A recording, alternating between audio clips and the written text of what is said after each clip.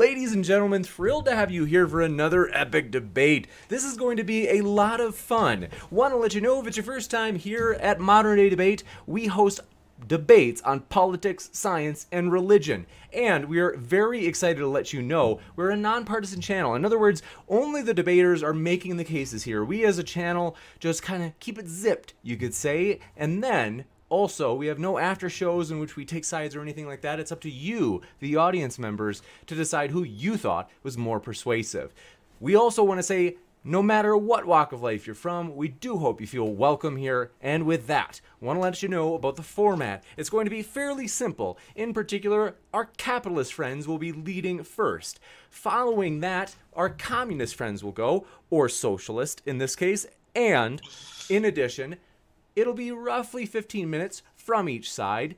Then, after their 15-minute openings, it'll be open conversation followed by Q&A. So if you have a question, feel free to fire it into the old live chat. If you tag me with @ModernDayDebate, it makes it easier for me to get every question in that list. Also, Super Chat is an option. If you do a Super Chat, you can also not only ask a question for the Q&A, but you could make a comment for it, in which case that speaker or speakers would get a chance to, of course, respond to it, and it'll also push your question or comment to the top of the list for the Q&A. So, want to let you know, I have linked our speakers who have given me links down in the description, and then Krampus, if I remember right, I will be adding his as well. Want to say, we are very excited. So let me first thank our speakers, as we are really happy to have them here. Alex, Snake, Brenton, and Krampus, thanks so much for being here.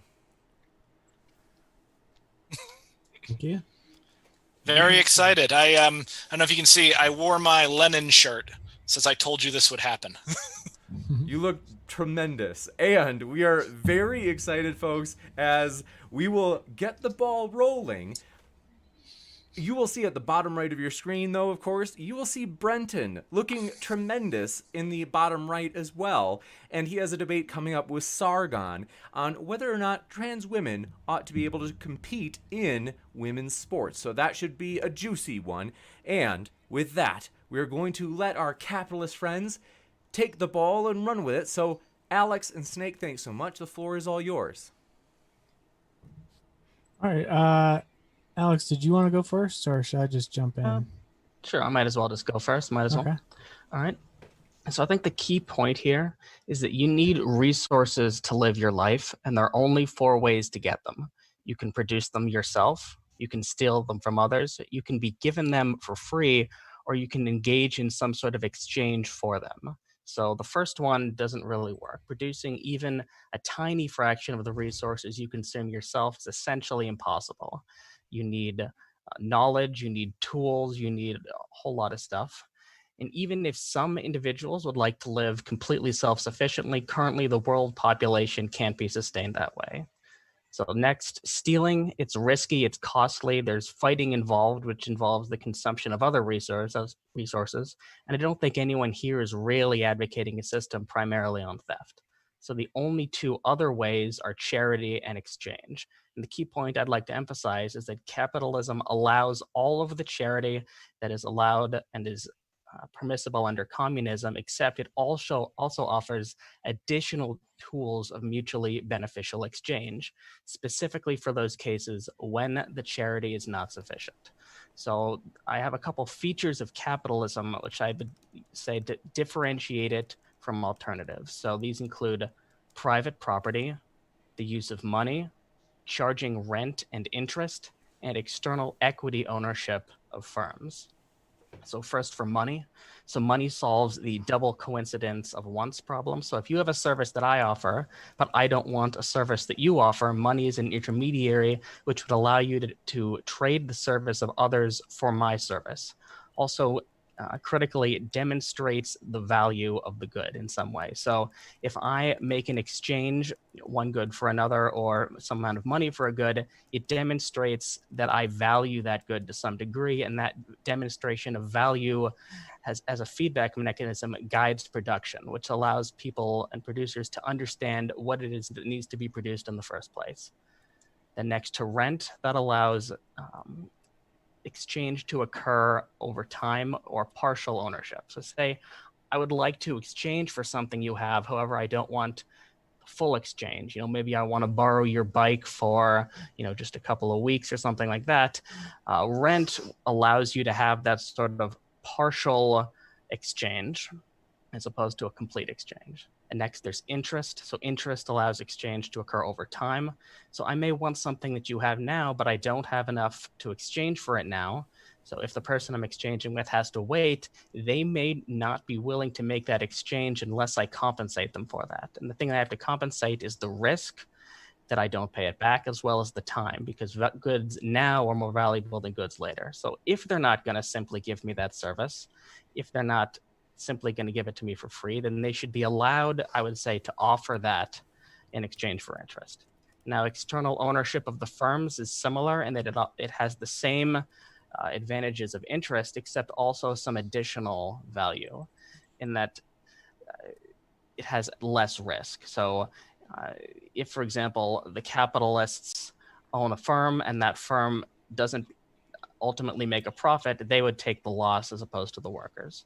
So I think a key point here is that risk in production is an inherent fact of production and not unique to capitalism. So whenever a good or service is produced, there's a chance that it will not be as desired as the workers who produced it expected. It could be that preferences change. It could be that the good is novel and it's just not as desirable. So that risk is always there.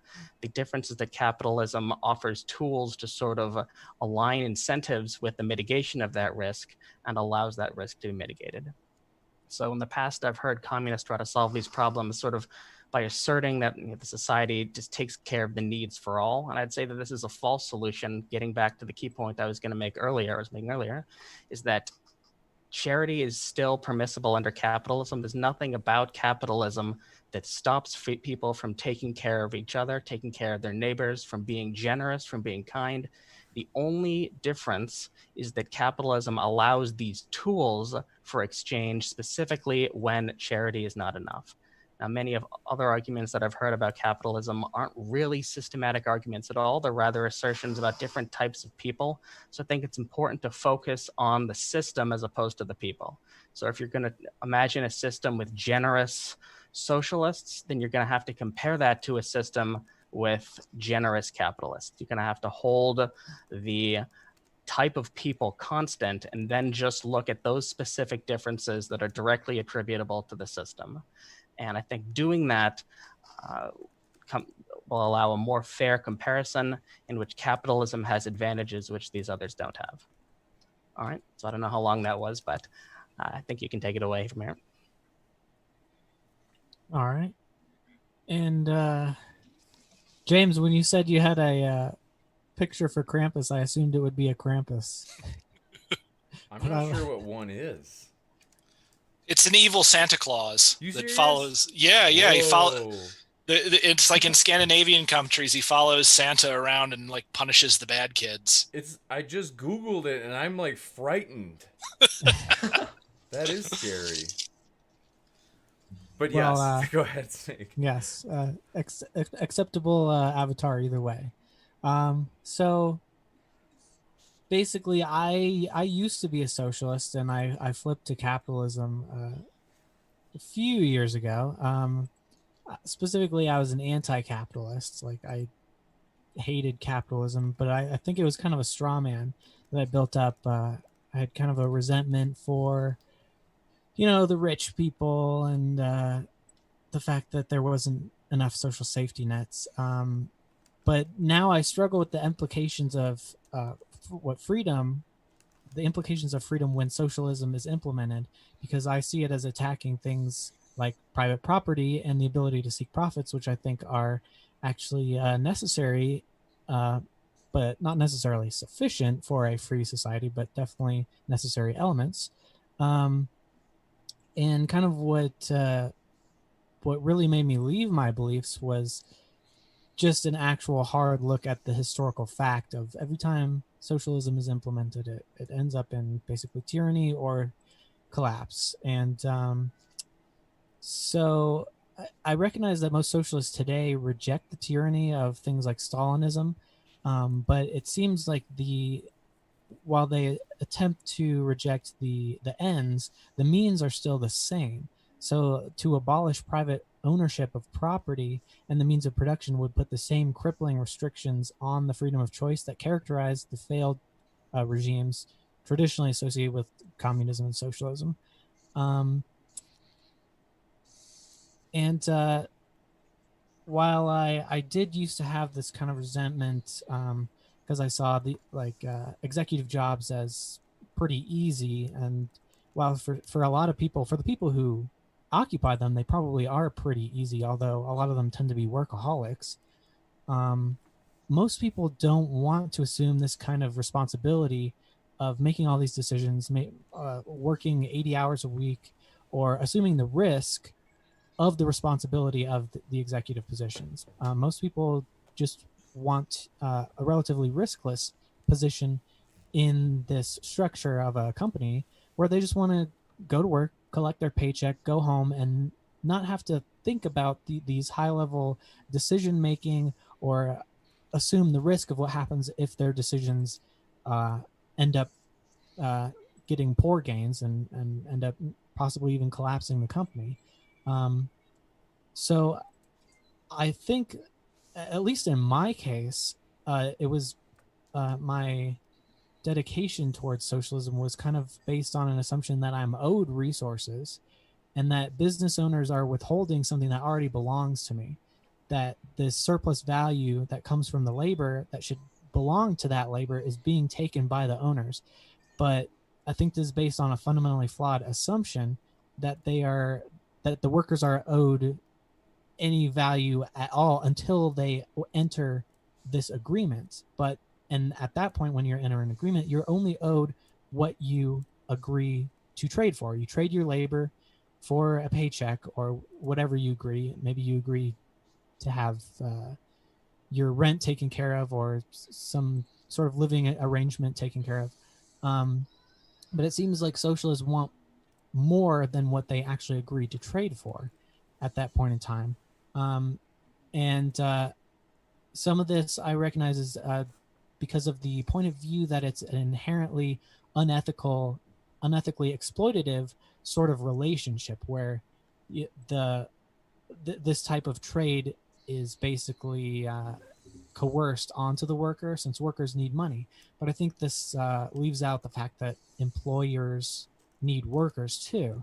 And it now seems to me that capitalism makes employers as replaceable to workers as workers are to employers, because it allows individuals the ability to pursue their own personal goals and hiring options and business options, which increases the amount of competitive entities in the market. So as a worker, you do have a legitimate choice, especially since a job is not owed to you. A job is something that is a consensual agreement between two parties. But I also wanted to point out that seeking profit is not the only goal in private ownership. While it certainly is one of the more objectionable to the socialists, private ownership allows us to have this whole spectrum of designs. You can, for example, finance debates. I know James has needed to compensate some of the debaters, some of the higher level debaters, because they're more in demand. And that's totally fine to crowdfund or fund it pretty much any way you want, as long as you're not stealing from people or forcing them to give you money. But the profits, you could say, can also go towards charities, or you could crowdfund all kinds of events or goals, including social safety nets. Or a lot of times, most business owners actually are just covering the cost of their own living and maybe supplementing their income a little bit from another job that they have. And under capitalism, you can set up worker-owned co-ops and worker-shared means of production, and you can agree to get the same wages. So it seems to me, even though I left socialism, I still have socialist values, but I've kind of changed my perspective in that capitalism is the best way to promote these values, since you can, in fact, create socialist firms within capitalism because you have that individual option to make these agreements with your employees. But the thing is that it would seem that socialists don't want the option to be able to make the agreement to take wages. They want to force the use of acquired resources to only be socialist in nature. But how am I doing on time here? You have 2.5 minutes left. Okay, I'll try to go quickly. So it seems that socialists make this pursuit mandatory, and I don't think that they quite understand the implications of this system, that it will end up the same as Stalinism, because you have to abolish the freedom to choose for yourself what happens to the wealth you've earned. Otherwise, if you don't abolish that, then you have the ability to acquire private property. And so I would like to know how this system runs, if not by state-run banks that control all the resources, where they're only released if and only if the majority of the workers vote to send resources and workers to that specific cause. It seems like it's decreasing the amount of freedom of choice of the workers and of people who just own and earn resources. So would they like to live in a society where resource production is approved if and only if a majority of workers vote for it? Or would you like these options to exist according to market demands, according to the drive of individuals who have individual economic rights and individual powers to decide what gets produced? What would happen to niche markets and risky decisions and innovations like the iPhone?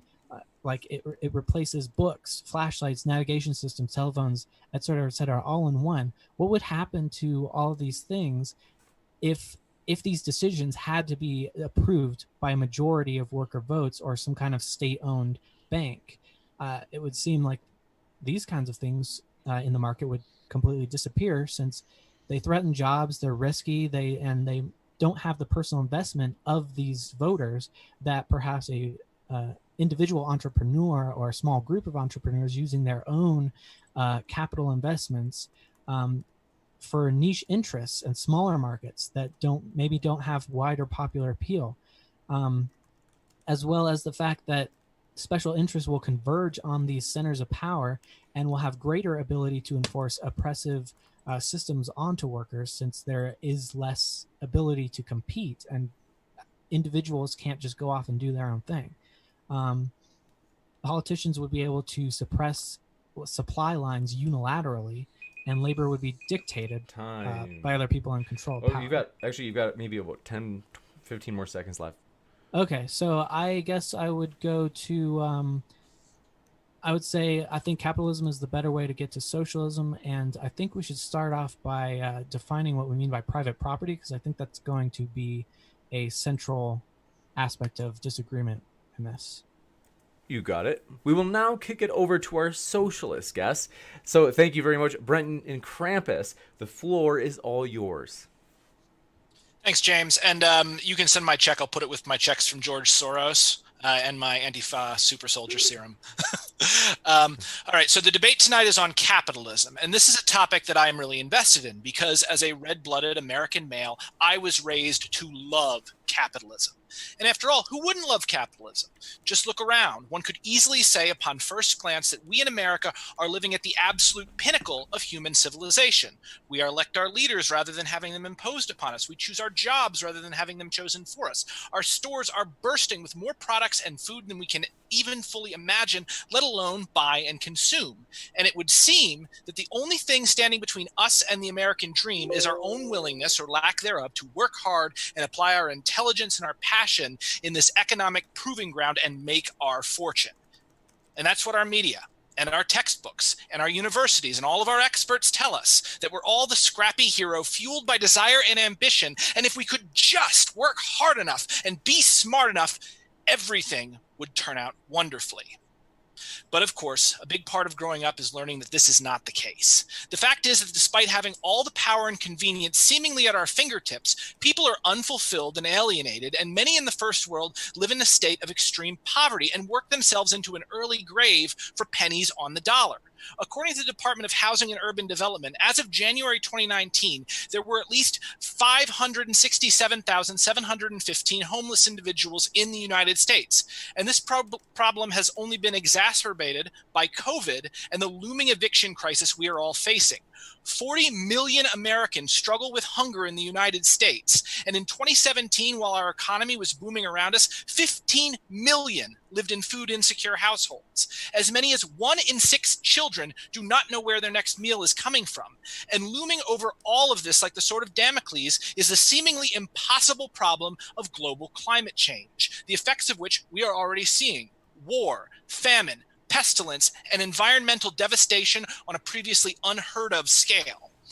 And it's not like there aren't solutions to all of these problems. There are 1.5 million empty homes in the United States. That is more than enough for each of the 568,000 or so homeless people. In fact, we could give them each 3 or 4 homes to themselves, and we'd still have homes left over that would remain empty. And that's just houses. Factoring in apartments and other smaller living spaces, the U.S. Census Bureau estimates that over 17 million vacant properties are vacant in the United States. And that's, again, before COVID and before the eviction crisis. Despite our prevalent problems with hunger, Americans waste 40% of the food we produce. We throw away 40 million tons of food a year. That is a literal metric ton of food per hungry person being wasted. 2,204.62 pounds a year, which factors out to more than double the daily minimum a healthy person needs to live comfortably. We have already failed to act on global climate change, and now we can do nothing but mitigate the damage caused by rising global temperatures. But had the fossil fuel industry not purposefully suppressed the information in the 1970s and 80s, and if they were not currently running multi-million-dollar propaganda campaigns to keep the scientific consensus obscured, even as they spend billions shoring up their own infrastructure against climate-induced threats like rising sea levels. Because at the end of the day, even as Exxon spent $31 million on disinformation campaigns aimed at the public, they believed their own scientists, who were in 100% agreement that the threat of human-caused global warming was real. That's 100%. That is 3% more than the 97% among general climate scientists. They knew this decades ago, and they chose to maliciously lie about it and were exposed in a leaked memo in 2015. But of course, they faced virtually no consequences for their actions. And similarly, no one is feeding those 40 million Americans, and landlords and banks are actively kicking more people out onto the street during an unprecedented global pandemic, and the food that we have harvested is rotting. And so I got to thinking, what even is capitalism? Why does everyone tell me it's so great? And if it is so great, why does it allow and perpetuate problems that include but are in no way limited to the 3 that I have just quickly listed? And so I did some reading and some searching and arguing, and I talked to economists and activists and historians, and I came to a definition that I think we can all more or less agree upon. Capitalism is an economic and political system that was developed in England in the 17th and 18th centuries, in which the vital industry and resources within a nation are owned by small groups of private individuals and operated for profit. It is characterized by speculative investment by moneyed individuals for the express purpose of turning a profit for those same individuals. This is the capitalist class, a group of elites who, by virtue of their ownership of land, technology, and resources, earn their living not by the sweat of their brow, but by reaping the benefits of profitable economic activity done by entities that they own and control. No matter your feelings about capitalism, if you work a job and earn a paycheck, and this paycheck is your primary means of subsistence, you are not a capitalist. You are a worker. Capitalism drives production and innovation by this method of speculative investment. Money is invested, new products are created, and businesses are perpetuated only because the investment keeps coming. If investors ever slow or stop investing or withdraw their funds in large enough numbers, the economy crashes, paychecks bounce, and people starve. This is what it means to work within an economy where profits are in command. So what has happened here is we have built a system where all of us are essentially beholden to the whims of a tiny overclass of individuals. Worse, this class is not entirely united. They do not act with a single mind or will, and collectively do not have any regard for what they are doing to the world around them. How can they? All they do is take money, invest it, and watch the numbers go up or down. And when the numbers go down, they freak out and retreat to their bunkers in gated communities and hold on to their remaining dragon's hoard of wealth to wait for a sunnier day. And that is just how it's supposed to work. This doesn't even begin to address the corruption, bugs, exploits, and outright gaming of the system that clever and malicious individuals engage in for their own benefit and at the expense of the rest of us. But there may still be those of you who are asking yourselves, why is this bad? Shouldn't people who take a risk with their money be rewarded? Don't we want that behavior? And in a certain very simplistic sense, you're right. But the problem is you're missing the forest for the trees. If our economic and political system is reliant on these individuals to continue to foot the bill and provide the lifeblood that keeps the gears of our economy turning, how can we ever get them to stop when we need them to stop? Except in rare cases, they don't actually see the whole picture. They don't care that Coca-Cola hired mercenaries to murder union leaders in Nicaragua. They didn't care when the British East India Company purposefully starved 10% of the entire Indian subcontinent to death within a single year. They didn't care when Leopold II murdered 40 million Congolese, all to acquire a large stockpile of rubber and several tons of different kinds of rocks and minerals. They didn't feel bad about American chattel slavery, and they don't feel bad when a clothing factory collapses in Bangladesh, killing thousands, or a Foxconn factory in China drives its workers to suicide assembling iPhones. Or if they do care, they don't put two and two together and realize that all of this inhumanity is happening just to make the numbers in a computer go up. Essentially, what we have done, what capitalism does on the macro level, is place the levers of power into the hands of people who have nothing to do with the actual source of their income and no idea sometimes that the levers are even in their hands. As such, we must only depend on synergy to make sure that these activities which make those numbers go up are actually socially desirable activities. Now, sometimes they are, because synergy is an important principle in nature. And often we find that we are guided towards an end that none of us individually can envision, but collectively benefit from. But this is not the be-all and end-all of human activity, and allowing people with no real skin in the game to drive the car that is human society is going to wind up running us right off a cliff, and in fact, it may already have. We desperately need to move beyond this system and must break the power of the capitalist class and come together around a better, more sane and compassionate system if we are to survive the next few centuries. We urgently need to solve the riddle of a better way to live for ourselves, for our children, and ultimately our planet. Because if we do not, if human society cannot adapt to a changing world, we will drive ourselves to extinction, and it will be no one's fault but our own. Now, as this debate continues, and I'm going to be advocating for a more sane system, and I believe that system is socialism leading into communism, and we can get into that later. But for now, what we need to do is realize that capitalism is not working, and we have to move beyond it immediately. Thank you. Thank you. We'll kick it over to Krampus. All right.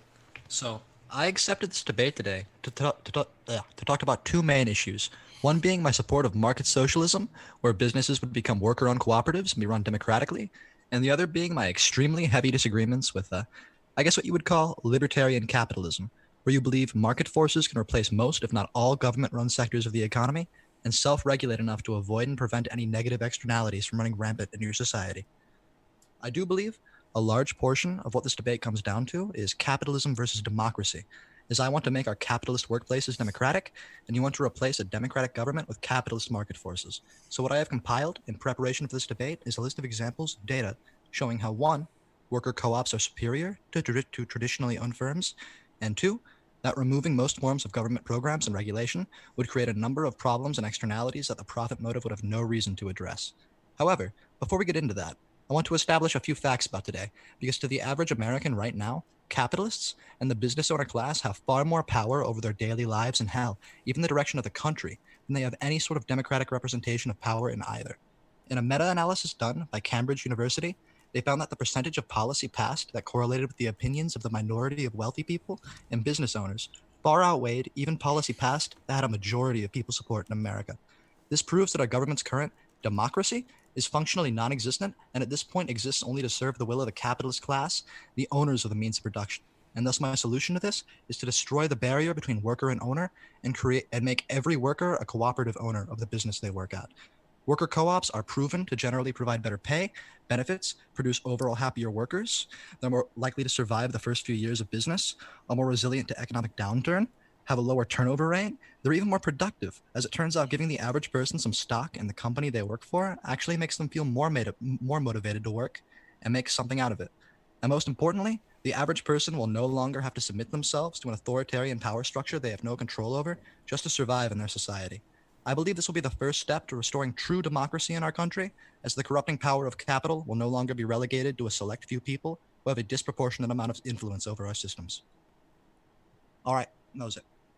You bet. Thank you very much. We will kick it into. I mean, I suppose if you'd like, you have 5 minutes left. Brenton, I know that I asked you to squeeze it down, so if you'd like, you can use more time. I honestly, I feel pretty good on this. I think we can get into the question and answer. I could answer a few things that were brought up in the opening statements, but I feel like that's unfair since we're going to go into that anyway. You got it. Then we'll jump into open conversation. Very excited. And with that, the floor is yours, gentlemen. Well, how is owning a company an authoritarian power structure just because you get to decide who you associate with? Oh, because they have no democratic control. Yeah, when you are in a workplace, what the boss says goes. Yeah, why are you entitled to tell someone what they do with their stuff? Well, because I don't get to vote on how you set up your living room. I mean, yeah, but you don't actually have a stake in my living room. You have to spend 8 hours a day at working underneath a boss. I mean, that's like a third of your life. You agree to that, though. Well, yeah, but you agree to that under duress.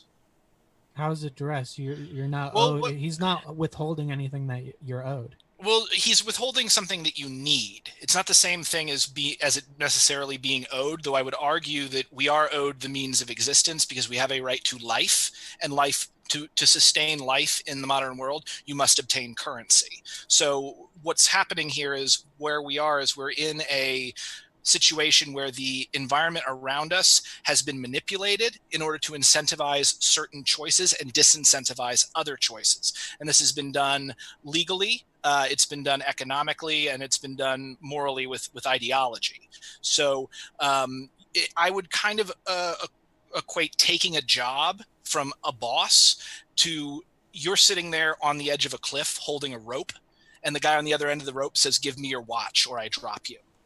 That's the thing. Now, you may be able to choose to give your watch to 100 or 1,000 guys, but at the end of the day, that's still a coerced choice. It's a coerced choice in the way as if you've ever played like an open world video game that isn't really open world, and you try to walk and you hit an invisible wall, or the plot pushes you. You're told that there is a choice here, but effectively there is not a choice, because that's really what power is. Power wielded by a boss or a politician. It is the ability to expand or limit the amount of choices that someone else can make under certain circumstances. This sounds like the... do you want me to go? Oh, yeah. This sounds like the classic work or starve objection to capitalism. Basically, you have to work or your alternative is to starve. So my claim here is that this is sort of an inherent fact of all society. So in order to live, you have to be able to get resources in one of those ways I mentioned. And you can't do it yourself. You can't produce everything yourself. You have no knowledge. You don't have access to goods outside of your immediate vicinity. You have to cooperate with any other people in no matter what society you live in. So you have to be able to work with and for other people in no matter what society you're going to live in, or you're not going to have access to those resources. So I don't see how that uniquely singles out capitalism as opposed to some alternative system. Yeah, I mean, I can answer that very easily. So, and thank you for bringing that up, because a lot of people do have a problem envisioning this. This is essentially the Jordan Peterson lobsters argument, where because hierarchies exist in nature, obviously human hierarchies as they are right now must therefore be fine and natural and preserved and don't change anything. Yes, absolutely, existence requires struggle. We need to obtain food, obtain resources. The issue is not with the actual struggle of existence, because when man struggles against nature to get resources, that's a very different situation than man struggling against man. And the system that we have, that has been created by men forces the majority of men to do their work under conditions that are imposed upon them by a tiny minority of men because they happen to have the legal right to all of these resources. So it's not simply work or starve, though that is, it's more likely what will happen is it's work or be thrown out onto the street and then be subject to vagrancy laws and then go to jail. And then once you're in jail, oh, work or we beat you, or you go into solitary confinement. So again, like what's happening here is the environment itself has been shaped and changed by a specific class of humans over the centuries to incentivize the majority of humans who live underneath them to make the choices that they want, as opposed to those humans making the choices that we otherwise would want to do. And you can even see this if you go back to, for instance, the clearing of the commons and the enclosure acts in Britain, which were necessary to set up capitalism in the first place, to create these economic systems. And it even goes right back to the Jacobite Rebellion, where they were trying to put Bonnie Prince Charles on the throne because they were trying to preserve feudalism, and the capitalists were and the English were violently imposing capitalism on them.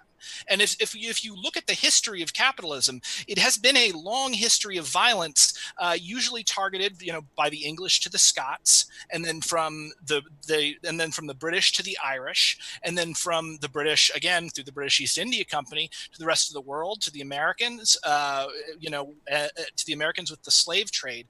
This is an exceptionally violent system of plunder. It's just harder to see, both because we haven't been given the education to understand it a lot of times, and we don't have the words oftentimes to express it.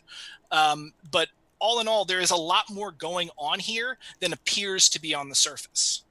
So a quick correction. I never actually tried to make the Jordan Peterson lobster argument, as I didn't say. Oh, no, it's a similar type of argument. Well, no. It's actually, it's quite different in that I'm not saying that you always have to obey some authority or starve. I'm saying that you always are going to have to live by rules that other people that are not you have created, whether it's social norms, whether it's some sort of exchange. You're always going to have to do that or starve. Yeah, certainly. But the difference is we're objecting to the specific rules, not to the idea that... However, the key point is that you might dislike the rules, but the point is that those rules do not uniquely have the condition attached to them, work or starve.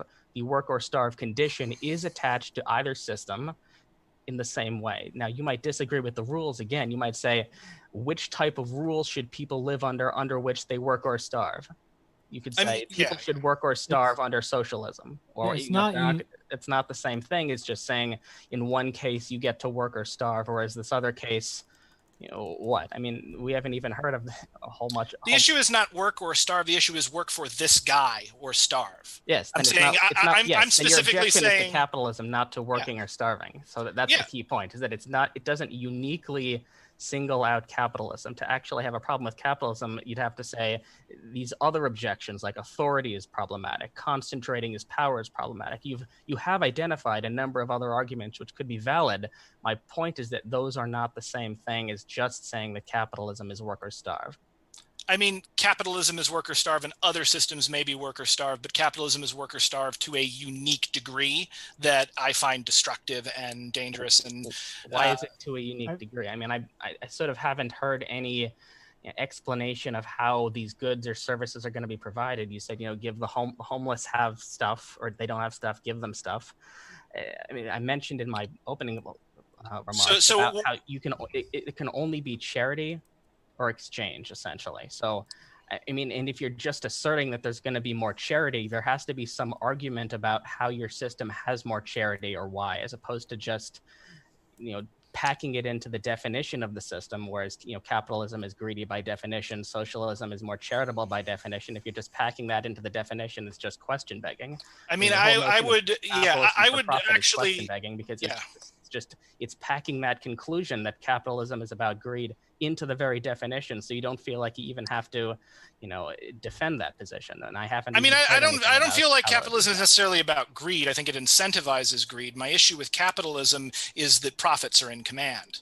And profits may be that you might call that greed. I'd actually think that it may even be less than greed and just the fact that people have a uniquely negative reaction to loss as opposed to gain. So, for instance, like they did a psychological study with supermarkets where they said, okay, if you bring your own bags, we'll give you 6 cents additional. We'll give you 6 cents back. And people didn't care that they got an extra 6 cents, so they just didn't bring their own bags. But then they said, we're going to charge you an extra 6 cents if you bring your own bags. And people freaked out and started bringing their own bags because the fear of loss is so much more painful than success. And I think that's part of what ties into when profits are in command and we have these economic meltdowns because the speculation slows. I think that is one of like the major drivers as opposed to something really simplistic like greed. But, I mean, I think Krampus did a great job of illustrating a way that we might be able to live beyond capitalism with his market socialism. His whole opening statement was about that. So, I mean, that's one possible answer to how we could do this. I usually will advocate the use of swarm technology to aid in economic planning. But, all of the ways that we could deal with this, the main thing that I'm saying is that, capitalism is an antiquated system that has essentially outlived its usefulness and is causing us problems as a society. And I outlined 3 major problems that need to be solved that capitalism is standing in the way of. So I don't know, Krampus, do you want to lay in on that a little bit more? Oh, I just wanted to mention that it's actually more cost effective to give homeless people homes than it is to keep them on the street. Sorry, I don't know. I was you're just, right. Addressing something about it earlier, but Sure. No, on the question, you can continue. We've talked a bunch already. You can go, Krampus.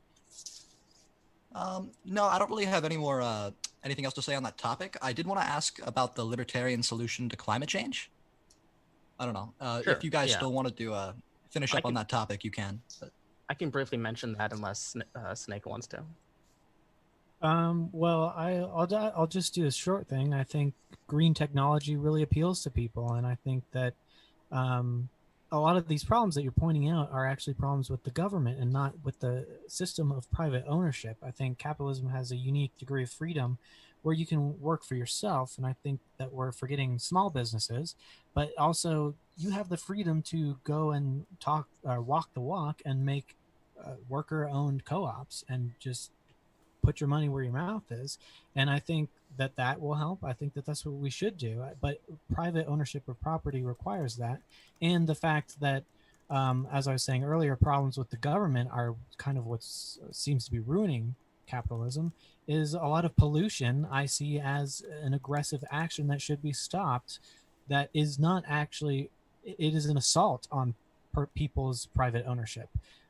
So Alex, if you wanted to add to that. Yeah, sure. So I'd say that, unfortunately, I don't think any system actually has a strong response to, global warming. And I think the big problem actually highlights one of the advantages of capitalism. So the big problem with global warming is that the whole atmosphere is one giant, unowned, unmanaged commons. You can't actually have, private ownership of air in any meaningful way.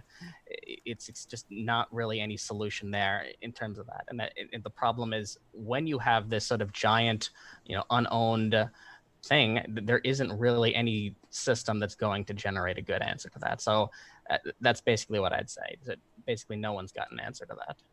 Did you just advocate the private ownership of air, by the way? No, I said they can't. It can't be.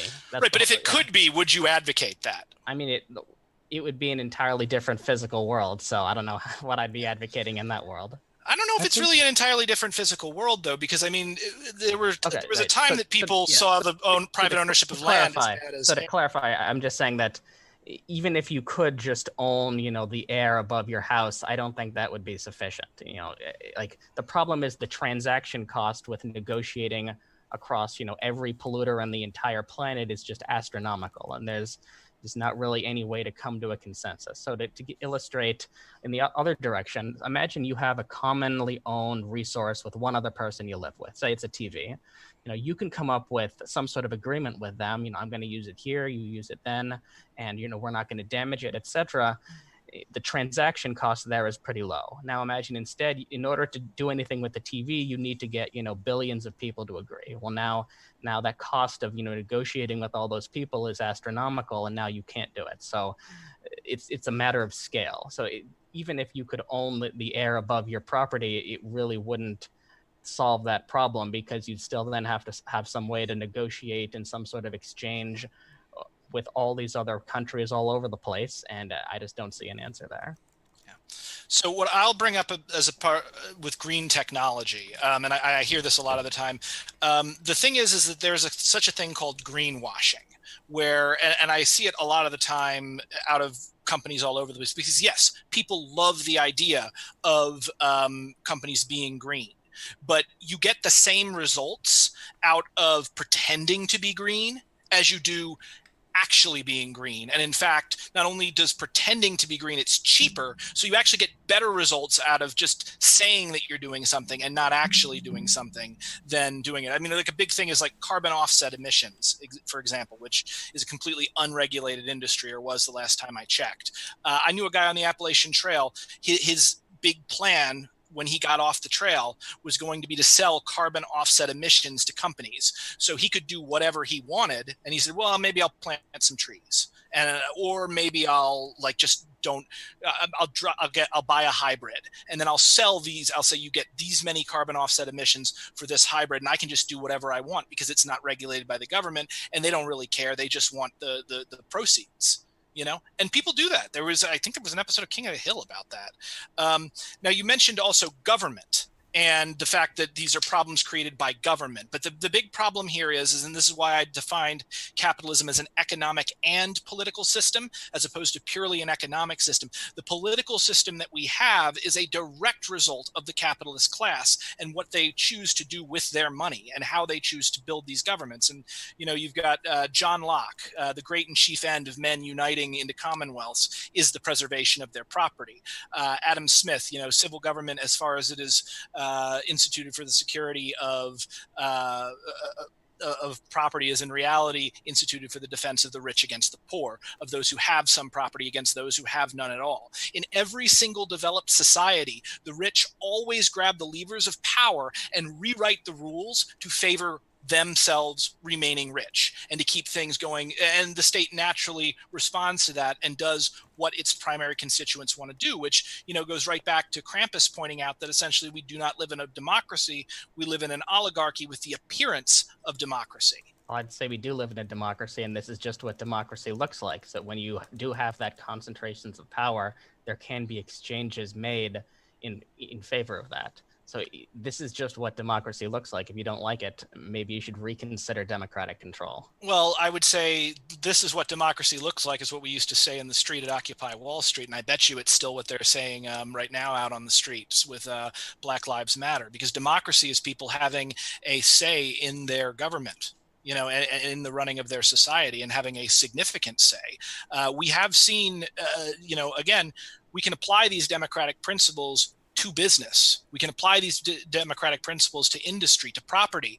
And I think that what you're going to find is when you do apply those principles, it's going to be much easier to negotiate with people over something like global warming, for instance, because then people have skin in the game.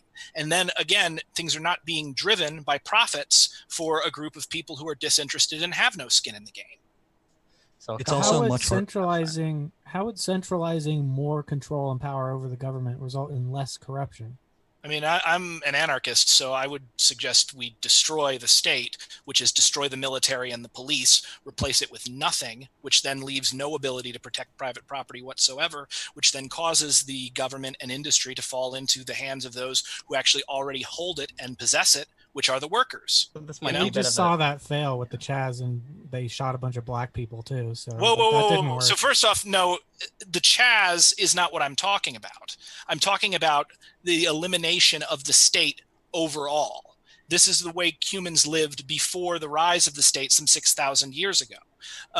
Now, the Chaz itself, first off, was under attack from right-wing people. Like, two of the major incidents were like Proud Boys or fascists or something shooting into the Chaz and killing people in the Chaz. The most recent the most recent thing happened as a result of supposedly what's been reported is a carjacker stole a car and drove to the Chaz supposedly for protection. And because there had been car attacks before that, the Chaz security forces thought it was yet another car attack and fired back. And there was an exchange of fire between the carjacker, who was armed because he needed to be armed to jack a car, and the Chaz security forces. That has nothing to do with worker ownership of the means of production. That has nothing to do with an anarchist society. That was some activists seizing a small area of territory and trying to do something similar to what was done with Occupy Wall Street in 2008. That's what happens when you abolish private property. No, it's not. Wait, you think we just start killing each other when you abolish private property? If you say let loose the communists and just stop all police protections, stop people from being able to protect their own property, yeah, there's No. Whoa, Hang on, because you actually brought this up with the issue with private property versus personal property. Private property. I think you guys are a little bit strawmanning what we think capitalism is, at least. And private. I mean, property. did you disagree with my definition of capitalism? Yeah. How? I don't think it's a political thing. Okay, so if it's you may not think that, but can you tell me why it's not a political thing? As we understand, I think Alex is on the same page with me. Is it's just the private trade of property. Okay, and what conditions need to be in place for that private trade to occur? So this is a sort of a pretty common anti-capitalist anarchist trope that's for something unique about private property, which requires a state as opposed to all the other rules which you believe are still going to be enforced. I've never heard any serious explanation of why private property uniquely requires a state. It seems to be all the arguments that would suggest that private property requires a state would equally suggest that any other sort of rule or personal property would require a state. So, but that's a bit. Yeah, private property. No. Hang on, I'm not going to let that go unanswered, Alex. So, private property is unique in that it requires a state because private property is property that is not possessed by the owner or used by the owner. Rather, it is possessed and used by someone who is not the owner on behalf of the owner. And the only way to maintain that relationship, the only way to own something that you don't have and you don't use is via a state or similar institution that will use violence to make sure that if the person who has it and actually does use it, uses it in a way that you don't want it to be used, is punished for that. So yeah, it absolutely requires a state. That's an assertion, not an argument, but that's also not really what we're talking about. It's about capitalism more. So I don't want to get too sidetracked. We should understand what the difference is when socialists make an argument about private property versus personal property. Personal property is your house, your business, your car. It is the stuff that you physically have and keep in your possession and can defend without an old lady, living in her house alone defends it. And if she can't defend it, she requires a state. I would say absolutely an old lady living in her house defends it because by using the house, one, she's got friends, she's got family. Stop. So right there, you've already introduced other mechanisms of enforcing property that don't require you to be there. So certainly, but other mechanisms are not the state. Hold on, Brent.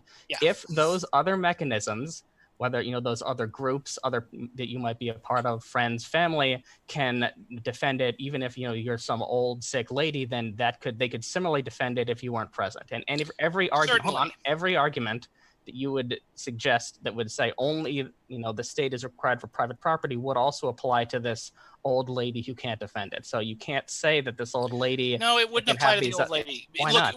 Because there's a difference between an informal defense by people's friends and family and personal network, and an institutional defense by a professional organization whose job it is to use violence against people. There's a difference between. So the state is just an institution that uses violence. So any institution. The state is any institution. Yeah, the state is any institution which has managed to claim a total monopoly over the justified use of violence within a given geographical area.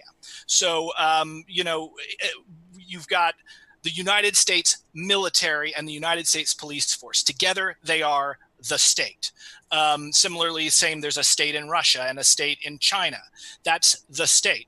Now, there's also other organizations that use violence that are licensed underneath the state. Usually they're mercenary companies or private security companies. But if the state, for instance, if the United States fell effectively and say Blackwater came in and took over, a large section of the country, then Blackwater would be the state. And maybe Blackwater has subcontractors, maybe they don't. But yeah, that's the definition of the state from Max Weber. That's the accepted the not real anarchist argument is sort of purely semantic, purely question begging, and sort of sure, but I'm not making a not real anarchist argument. It's a bit sidetracking. I think we can talk more about, some of the stuff we've mentioned.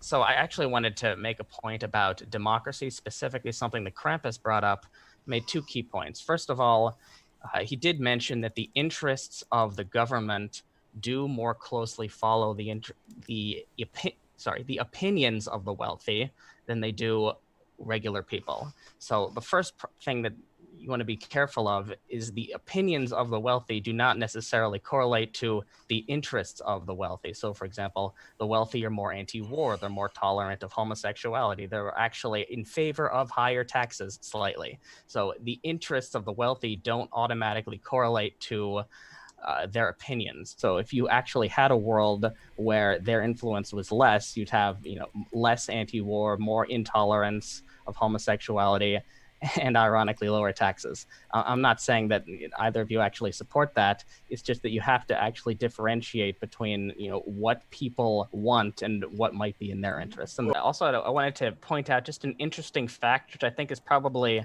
going to end up being embarrassing to both sides of this. It's always easier to just believe things you like. Neither of us really like the idea of capitalists lobbying the government for their own personal benefit. Neither side likes that. However, there's actually a really interesting article I read. It's called Get Your Dark Money Out of My Almonds. And the basic premise is that the amount of money that is spent on almonds in the country every year exceeds the total amount spent on all elections. So the question is, how is that possible? It seems like if all these resources are being divvied up by the state, trillions of dollars, capitalists should be able to spend huge amounts of money, billions and billions each one, in order to get access to these resources. For example, ExxonMobil has, I think, maybe 500 billion in revenue. You'd think they could spend, maybe $1 billion here and there if they could increase their revenue by, maybe 5% even, but they don't. Their actual lobbying budget is about $1 million. So the point is that, unfortunately for all of us, the effect of money on politics is actually radically lower than I think any of us would actually ideologically be comfortable with. I would say that's looking at it a little simplistically, because the money that's, one, if I'm not mistaken, I think almonds are a surprisingly difficult crop to actually make, and they require a ridiculous amount of water and stuff. This is one random thing as opposed to the entire government. But that's not the entirety of what they do. That's just lobbying, as in paying people to go to Washington and talk to senators and take them out to lunch or something. And that's also what's lobbying that's done on the books. Obviously, there's a lot of lobbying off the books that wouldn't be done in that. Yeah, and then you've got multi-million-dollar. Yeah, and you've also got multi-million-dollar advertising campaigns. That's included in this figure. So all the advertising, all of the action committees. Wait! All political advertising, or just advertising? Yes, all political advertising. So the 31 million that Exxon spent on running funding climate denial. All of that's counted in there. So if you want to talk about specifically science things, that's different. However, listen to the amount of money. Just listen. 31 million out of how much revenue? Billions, hundreds of billions. So the question is, if money actually had a much larger impact, as large of an impact as we would like to believe, why only 31 million? Why not, 5 billion? Why not 10 billion? If it's actually going to increase their revenue by just a few percent, it would work. The reason is that it's actually much less impactful than we believe. And again, I'm not, I don't like capitalist lobbying. It's not, convenient for me to say that. It just happens to be true. Krampus, you said I think it's a cumulative effect over many decades and over hundreds of different companies. Yeah, that's actually a good point, Snake. Krampus, did you have something to say on that? I thought I heard you. Nope. I mean, my indication is that, like, yeah, they might be expected to spend more, but also it's the they're the government is already doing what the primary, like, its function is specifically to serve these people. So, like, I don't think they really need to spend much money getting them to do that. It's not like the government is hostile to them to begin with. I mean, you think they couldn't pass a regulation, which would, or a subsidy, which would change the revenue of ExxonMobil by 5%? I mean, you think they couldn't do that? That would just be out of the realm of what the government could do. They have trillions of dollars, thousands and thousands of pages of regulation. Nowhere in there, do you think they could get another 5% revenue? I think the government, well, first off, I think the government's already trying to do that as much as it possibly can, which is, again, one of the reasons why, like, deficits don't matter in an economy with a fiat currency. Like, we're doing everything that we can to boost corporate power all the time. So can you, once you've hit your foot, like, on the gas and you've put the pedal to the floor, can you push a little harder? I don't know, maybe.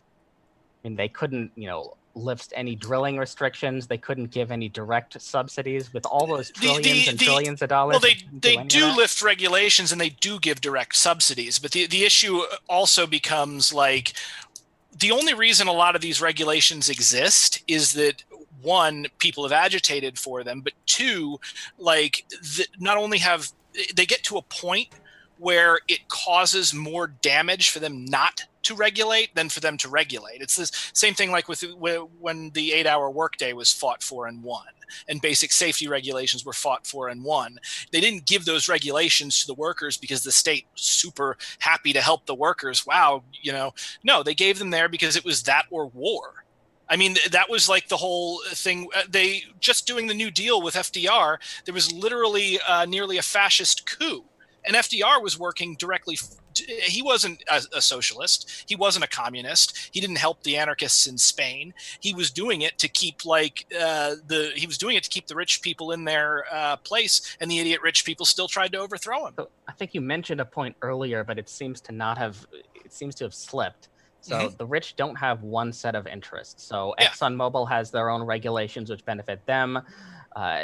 Other companies have their own subsidies and regulations which benefit them. Why aren't they paying more money to switch around the game?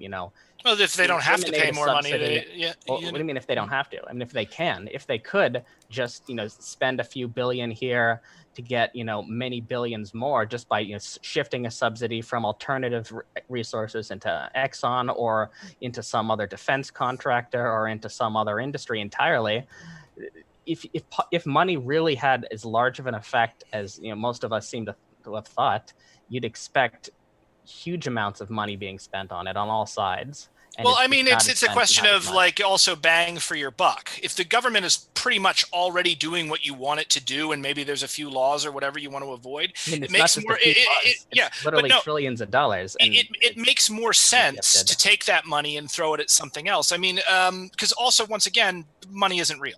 Like, it's a measure of wealth. It's a symbol. It's as real as inches. So, like, you look at, like, what happened with WeWork, for instance, and WeWork was was floated with billions of dollars in investment capital from this one Japanese guy and his friends, because they don't have anything else to do with that money. So maybe some of the money they think they can get a lot out of the government, but also they probably think they can get a little bit better of a bang for their buck by funding Amazon or WeWork or what's the one that Uber. Uber's another great example where they artificially kept their prices lower and it was floated and subsidized by investors for years. It may still be doing that right now because the idea was to throw as much money as you possibly can to undermine the taxi cab unions. Yeah, of course. I mean, the whole point is that if they aren't spending it on the government, obviously they're spending it on their own, internal processes. The question is just, why is that the case? Why can't they get more bang from their buck spending a couple $1 billion here to get even more billions of dollars? Spending $1 billion to get more people pay attention. More people pay attention to when you're like directly lobbying the government. There's a lot of laws. There's a lot of eyes on that. There's activists and everything. Whereas with WeWork or with, what's the other one? Airbnb, people aren't really paying a lot of attention. And then gradually, first of all, people don't really pay attention. The average person doesn't know what who their congressman is, doesn't know what they voted for. The congressmen and the senators literally don't even read the bills they pass because they don't physically have enough time. I mean, there's no space in there to slide in a couple billion for Exxon. Like, come on. The thing is again, also there's a lot the average person doesn't pay a lot of attention, but there's a huge media ecosystem. There's a ton of journalists, there's a ton of activists that are paying attention and are putting putting pressure on them. It's the same thing like with the NRA. There's not a lot of people with the NRA. It's not actually a very popular organization, but they wield immense power because they can, be a thorn in people's sides over this. That's an explanation, not a refutation. That's explaining why the money doesn't have as much influence, not actually countering the claim that it does. So that's saying the refutation would be that there's more going on than is what's strictly being related on paper. Which I agree. It's surprising that they don't do more directly out in the open. But I mean, again, there are ways to influence policy without directly lobbying. Sure. Then the question is, how many almond budgets are, or how many can possibly be hidden? I mean, you can understand that they can hide, millions here, millions there, but with all of the, strict regulations on accounting, it's going to be a little weird if investors notice, $10 billion missing from Exxon every year. It would be sort of hard to hide. Certainly not. Yeah, certainly to hide. But again, that's a good point, because what's happening is that they cut into their profits every time they lobby. So obviously, they're not going to try and lobby unless they think they have a really good chance of it boosting investment, because again, this is driven by profits. Sure. I mean, again, that's also just an explanation, not a refutation. The reason is they don't think it's going to give them that bang from the buck because of whatever reasons you've stated. And I mean, this might be a bit of a side issue. I mean, we could probably talk about some other more, Yeah, I mean, I find it interesting. It's interesting, but I don't want to I don't want this to be the Brent and Alex show. Right? Yeah, we have been talking a lot. I'm sorry. Krampus, do you want to say something? Nope. I have nothing on my mind right now. Okay. I did want to kind of bring back to defending private property or a business. So there's a lot of people who live at their businesses, like they live on top of their store or above their factory or something. And what is the difference between doing that and maybe you live a block down or right next door to it? It seems like it's just a matter of distance. The issue is you can have locks and security guards either way. Sure, but okay. So imagine it like this. Security systems. Yeah, and one person that I spoke to, he actually described this, and I think this is a good term for it. Another term you could say for private property is personal empire. So if you have, this is a problem that crops up with scale, and that's when it starts to require institutionalized force as opposed to just you and your friends or a small group. If you have your house and you rent out a room, it's easy to maintain ownership of that room that you are renting and kick out somebody if they're being a bad tenant. Then you add, maybe you have one rental property. Okay, you deal with a couple of people, there's a dust up, but then suddenly you have 100 rental properties or 1,000 rental properties, or you're a multinational corporation. The larger you get, the more you're going to need a formalized system for securing and defending that property physically. And the absence of that institutionalized system will essentially shake out to be a good example was if we wave a magic wand and the military and the police disappear all over the world in every country, and the workers at Amazon say, you know what, Jeff Bezos, we don't really like the way you're running things, and you put a lot of money into this and we appreciate it, but we really feel like we kind of know how to do all of this, and we feel like you're rich enough, so screw off, and we're not going to send you money anymore, and if you don't like it, you can just be mad about it. there's nothing Jeff Bezos can do to regain his control of Amazon. He would have to rebuild a police force or send in a mercenary army to retake those factories. And you see that in Argentina, in the recovered factories movement, where after their economy crashed as a result of implementing the hyper-capitalist policies suggested by the IMF in like the early 2000s, they wound up occupying the factories, running themselves with no bosses, and it worked out better than before. So, you know, a lot of what the conditions that the state creates are taken to be natural rules, and that this is just how it is, and oh, the government is interfering. But really, there is a reason why in every developed society there is a strong, powerful state, and it's because this is the institution that creates the ability to have private property in the first place. And where does that actually cross the line? Like, when does the principle change? Like, how many properties? When do you start arresting people for taking wages or for owning too many properties? Like, it seems so like this is if you wanted to abolish the police and private property, you'd have to institute some new police force that well, you'd have to institute. So first off, this is really funny, actually, because with abolishing the police in the United States, first off, formal police forces like what we have now have not been the rule throughout most of human history, not even in nation states. Until just a couple hundred years ago, everything ran on the constabulary system, where each community would appoint constables, and it was a job that people within the community who lived there would do to, you know, make sure nobody's getting hurt, nobody's stealing anything. If property is stolen, it's returned. If someone's murdered, they're caught and punished. It was done through the constabulary system. Then what happened was, in the South, slave patrols were in fact rolled into formalized police forces after the destruction of the antebellum South by the Northern Army. And they said, okay, and that's why, like, a lot of our police in the South are incredibly racist, and why you have stuff like Ferguson using dogs against black prisoners for the purpose of intimidation and torture. And this is the Department of Justice has admitted this.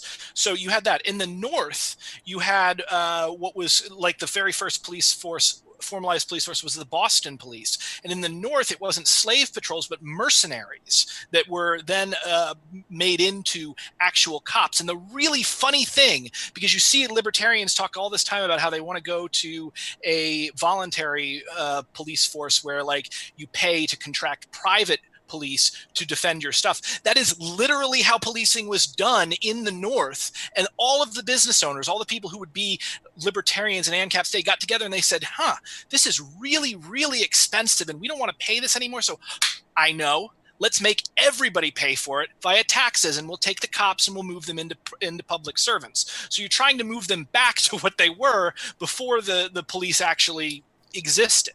So yeah, some sort of law enforcement would need to come in, but I would actually advocate that we do something closer to the constabulary system, or we look at, for instance, the anarchist militias that George Orwell describes in Homage to Catalonia, where this is a horizontal organization where everyone draws the same pay and there's no rank, and they police the communities in which they work, as opposed to a tiered system where you got a big man on top who lives outside of the community and the cops live outside of the community and go in and impose laws upon them.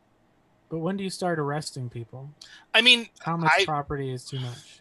So this is the fallacy of the beard, as in, like, you know, if I shave my beard and I go in a day, my beard will not have regrown. And then in another day, my beard will not have regrown. So obviously I can never grow a beard. Or another way of looking at it is it's the how many grains of sand make a pile? Is it 2? Is it 3? Is it 4? Is it 5? We know piles exist, but really there is no sharp delineation between when society will act against someone and when they won't. This would be in an anarchist system. like an anarcho-communist libertarian socialist system, that would be up to the individual communities in which these people reside. So the communities and the people that they deal with would decide what their systems were with regard to business owners or co-ops or whatever happens to be functioning within their borders. And it would usually be done democratically. If you look at, for instance, Occupy Wall Street worked on a GA system where everybody showed up, everybody had one vote. You could block if you wanted to and say, I will leave the community if this measure passes, and then the measure passes and maybe you leave the community or maybe you don't because you were just fronting. Like, or maybe people say, whoa, we don't want you to leave the community. Let's talk it out and work until we can come to a consensus. So there are other ways to handle this, but I don't think that there needs to necessarily be a hard and fast line in all cases, because, I mean, if there's no state, how could there even be a hard and fast line in all cases? Who's going to enforce that hard and fast line? Well, wouldn't leaving the community, that sounds just like threatening to leave your job if you don't like what's going on. It seems like you have the same power.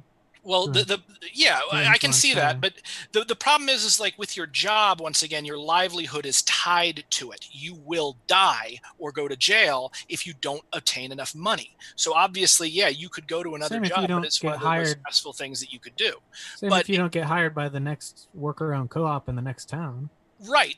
Or get fired. Assuming that we're using money, which I think we should move beyond. But and Krampus may disagree with me on that because he's more on the market socialist end. But the thing is that if this is a situation where there's extreme stress around moves like that, around changing jobs, around moving houses, because now it would probably be a stressful process at any point because humans don't like change.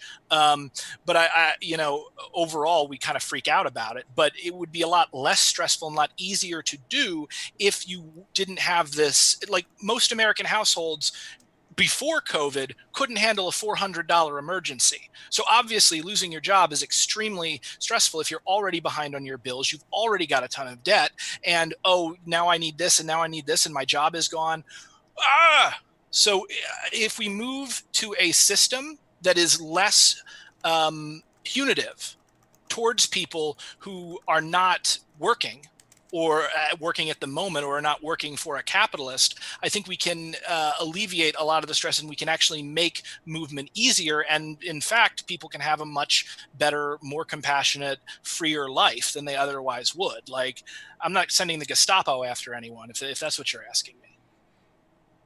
Yeah, I mean, we don't actually have a problem with you gathering as many grains of sand or grow your beard as long as you want, because according to the capitalists, there is no line there. But the growing the beard in the sand, it's just a thing that when you move from one designation to another, the line is often arbitrary and there needs to be a judgment call as opposed to a single moment where we know objectively where it is. Well, but the only problem with that sort of strategy, a marginal versus a categorical strategy, is it's no longer a rejection of private property. It's sort of a rejection of a certain amount of private property, or no longer a rejection of some particular practice. It's a rejection of a certain amount. If you think that it has to be defined by that amount.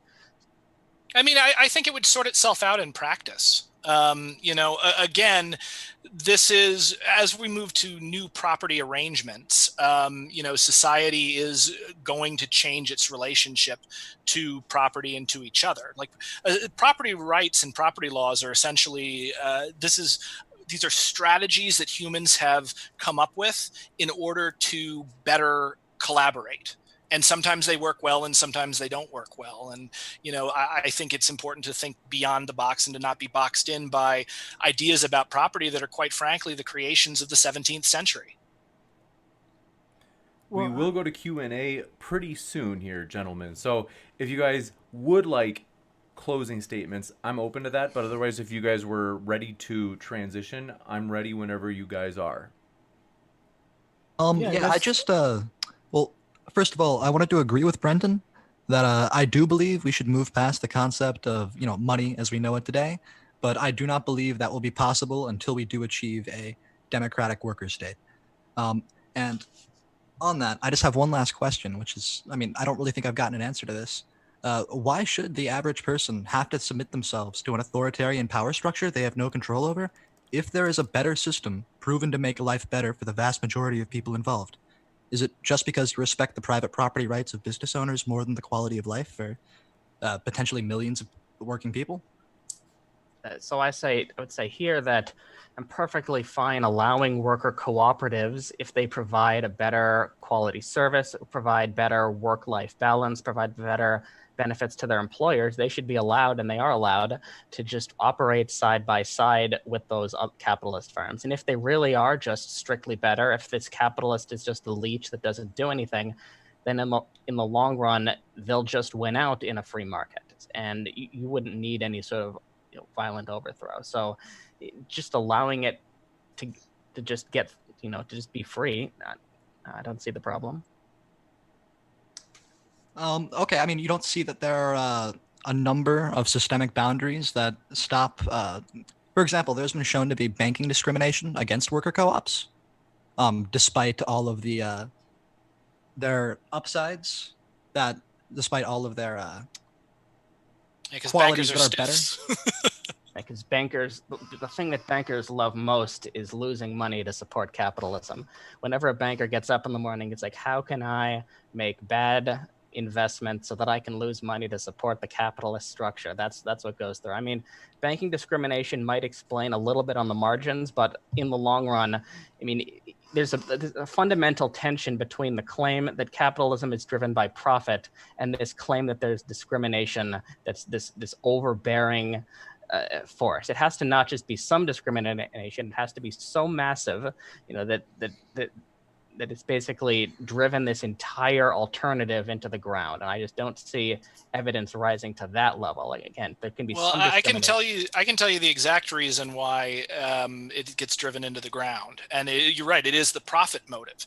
Because while worker co-ops pay better and tend to create better products and tend to be more have a more healthy and harmonious relationship with their employees and their customers and the communities in which they inhabit, there is one way that they do not outperform capitalist firms, and that is handing profits over to investors. So profits and banks are two different things. So interest and banks are different. So actually, this is a key point. So if imagine you have two firms that are identical, except one has this large, wasteful, expenditure on capitalist profit.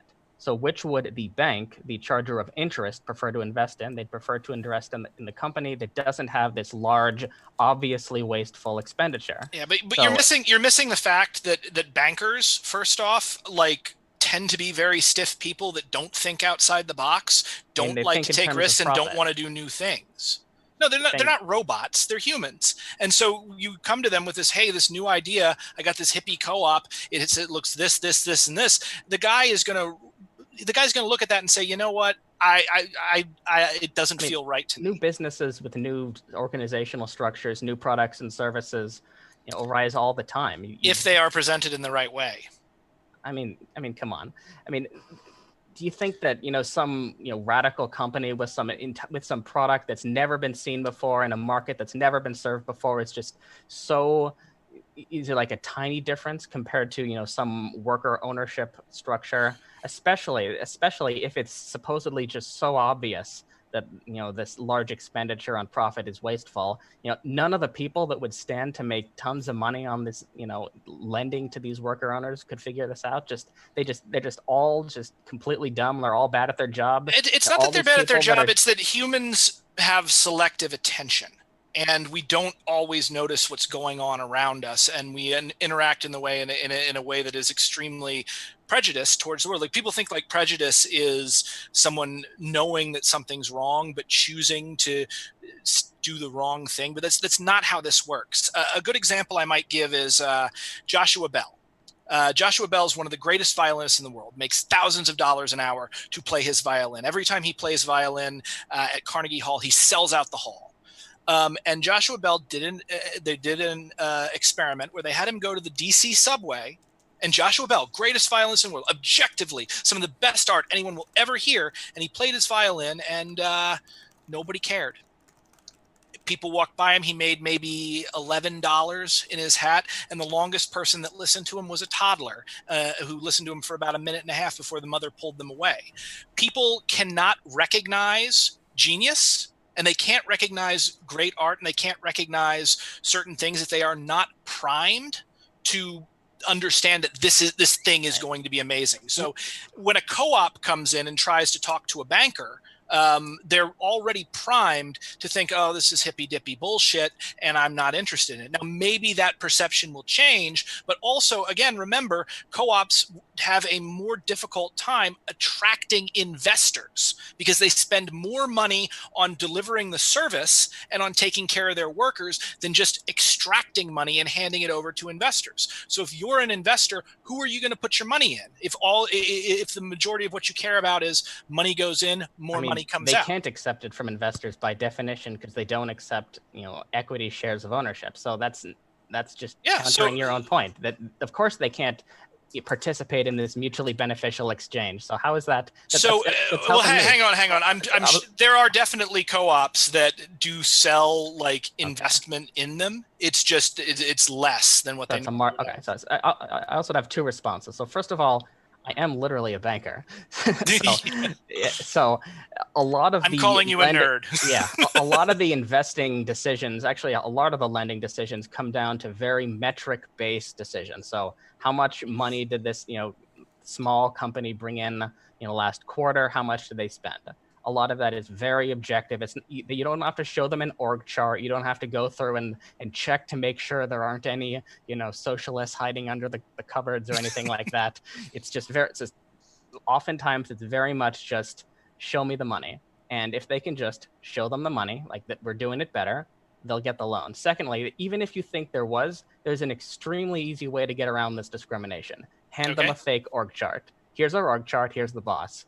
They say, okay, great. We love capitalism. Then you go back to your worker cooperative and you work horizontally. It was just a purely fake org chart just to get the investment. They're not going to be monitoring you, constantly checking all your emails, making sure that you're following the rules. They don't do that.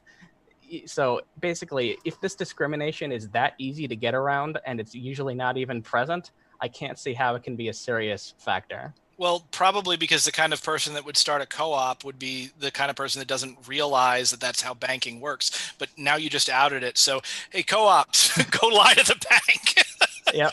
Yep. I've just undermined capitalism. Good job. No, I honestly, by the way, Alex, I'm very happy that you came on. I was wanting to bring you into a discussion like this before, and you have not disappointed. So I really appreciate you arguing in good faith, and I appreciate the particularly the looking at it from a banker's perspective. Because me being a hippy dippy artist, I don't always run in those circles as often as I should. So thank you for that. Thanks, Brent. With that, we will jump into the Q&A.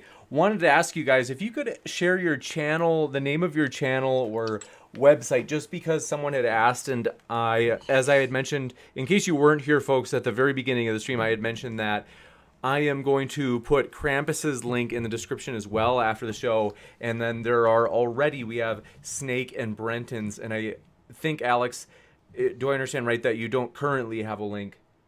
That's correct. Okay, and so there are some links down there right now, and Krampus's will be in the description shortly, but do want to ask if you guys have channel names that you could share. Somebody in the chat asked if you could share those. Sure. My channel is just Brenton Lengel. Just Google my name, the only one in the world, so you'll only find me. Or just go on YouTube and search Brenton Lengel. I have a few videos that I call myself the friendly anarchist sometimes, so you might find those if you search it, but you're better off searching my name. Also, search my comic book, Snow White Zombie Apocalypse. I just had a quick thing I wanted to mention. I probably should have mentioned this first. All views are mine. They don't represent the views of my employer.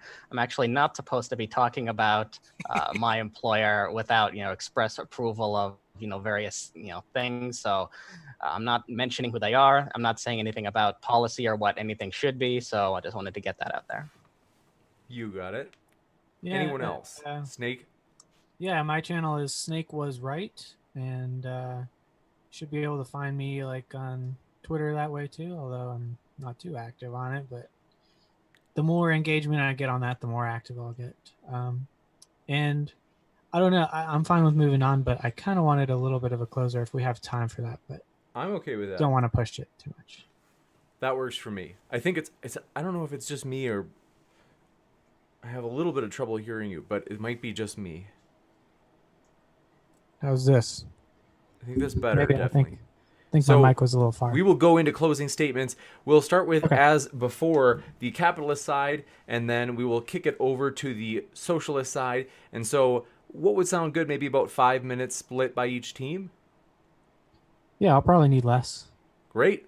Floor is all yours, Snake. Okay, so I think kind of piggybacking on what we were just talking about, I think everything has a cost and someone has to do the work. And I think we heard that it will just kind of work itself out. And I still am not very clear. I used to be a socialist, so I'm very sympathetic to this, how it could possibly work. And I would reconvert if I found out how it worked.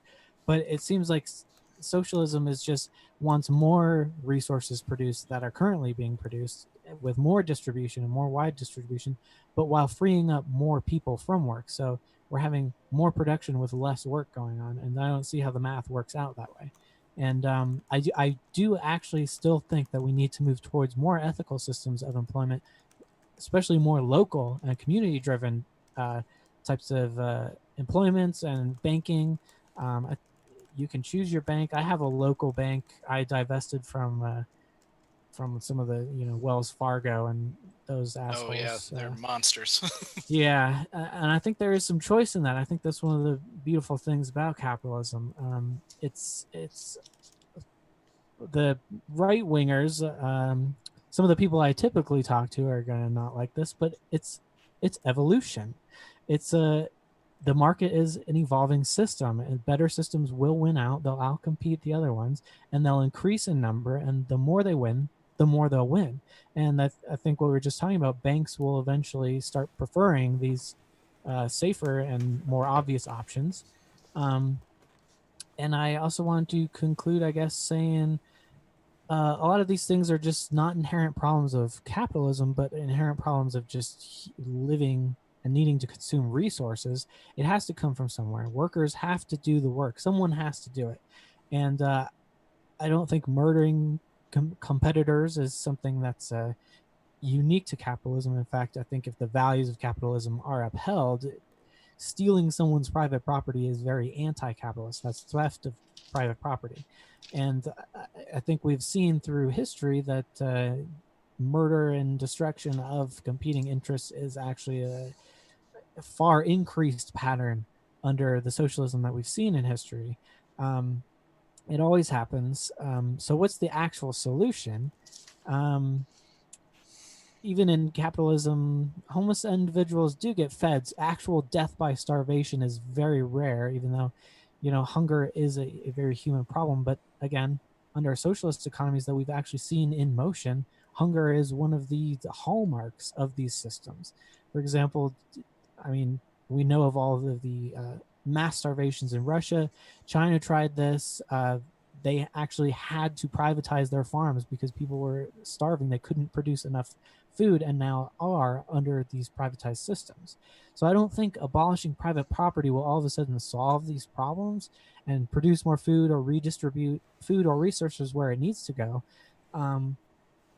Because one, who's going to pay them? And two, how is this going to structure? It seems like it also seems like we're going after the top of the top in capitalism and not the regular Joe who owns their small business and needs the freedom of choice to be able to pursue their own individual goals. And I think that this is one of the things that allows us to pursue socialism from a capitalist perspective, because again, we have this freedom to choose and not need to overthrow the entire country and the way things work just and cross our fingers and hope it doesn't end up like it has before. We can actually compete and do worker-owned co-ops and worker-owned companies right now. And I think we should start walking the walk. So that's my closing. You bet. All right, want me to go? Yeah. All right, so I'll just, I think I'll end by sort of clarifying how to think about these issues in general. So I think it's key to understand least from my perspective, you can be as idealistic as you want, whether it's some sort of anarchist communism, some sort of market socialism. The relevant comparison is a system of equivalent level of idealism. So compare your idealistic socialist not to real life capitalism, but to some more idealistic capitalism. You can compare then idealistic capitalism to this idealistic socialism. And I think if you find that, a lot of the problems that you've mentioned, which are real problems, which really exist in the world, homelessness, climate change, etc., a lot of those either go away or are much less significant. So, obviously that would require a lot more explanation. However, I do think it is important. And I think one of the other issues that I find with these debates in general is that they often end up being very much about capitalism. I feel like the anti-capitalists are anti-capitalists first, and we spend most of the time talking about all these issues around concern for problems in our capitalism, which are real problems. But I feel like there's not been quite enough of explaining why this alternative doesn't have that in a way that actually solves this problem. And obviously that would require more explanation, but it's something to think about moving forward. And I don't want to take up too much time, so I'll let the rest go. You bet. And then Brenton and Krampus. Yeah. All right, Krampus, do you want to go first, or? No, you can go first. Okay. All right. So first off, I wanted to, applaud both Snake and Alex for coming in here and arguing in good faith. And I felt like we actually made some progress and weren't just shouting at ideology at each other. So I'm really happy about that. A lot of these debates can unfortunately devolve into that because people tend to be very attached to it. Capitalism in a lot of ways is, it's almost America's actual religion since Christianity has begun to decline. There's a couple things that I wanted to bring up that I felt were kind of missed in the debate really quickly. The first of which was the problem of charity. And, Alex pointed out that he worked at a bank. I, for years, worked as a manager, and I worked directly in charity and was able to solicit millions of dollars. At one point I was responsible for more than $1.5 million of charity. And what I can tell you is that charity is not charity. It's not, it is still an exchange. When you are exchanging charity for something, somebody's giving to get something, even if what they're trying to get is a tax write-off. And one of the things that we found in the various charities that I was working with is after Donald Trump raised the bar from I think something like $1,200 or $1,600 or $16,000 to $24,000, the amount of people giving to charity plummeted because they were no longer getting their tax write-offs for the money that they were giving. So people don't really give to charity because they want to help or they want to solve a problem. They give to charity because they want to feel good. They give to charity because they want to be seen as a person, as a type of person who gives to charity, or they give to charity because they are seeking something, a closeness to a company. This is how Mayor Bloomberg got his start. Is he threw money around at various charities all over New York City until everyone knew who Mayor Bloom or Mr. Bloomberg was because he was giving out all this money. And he did that so that he could become the mayor of New York. And then eventually, he tried to run for president. And there was that incredibly cringy clip of him saying that, he's going to become president and make everyone behave. So charity, unfortunately, it's a nice idea, but it doesn't actually solve the problems that need solving, or at least on its own, it can never be more than a Band-Aid, as great as it is. What I've wanted to sort of kind of end with here, as far as capitalism itself goes, and capitalism versus socialism and whatever comes after, and I think Alex was right in that a lot of the time these conversations focus on the problems with capitalism and don't talk a huge amount about solutions. So I'm going to give you guys a few solutions that I want you to look into, particularly you, Snake. There is a movie which is called The Take / La Toma. It used to be for free on YouTube, but you might have to track it down on Netflix or somewhere. It's by Naomi Klein, and it follows the recovered factories movement in Argentina. I talked about it, where you are seeing how these worker co-ops function. You are seeing the beginnings of a new world being built within the shell of the old. I would also recommend to read the book Homage to Catalonia by George Orwell if you want to understand what socialism looks like when it succeeds.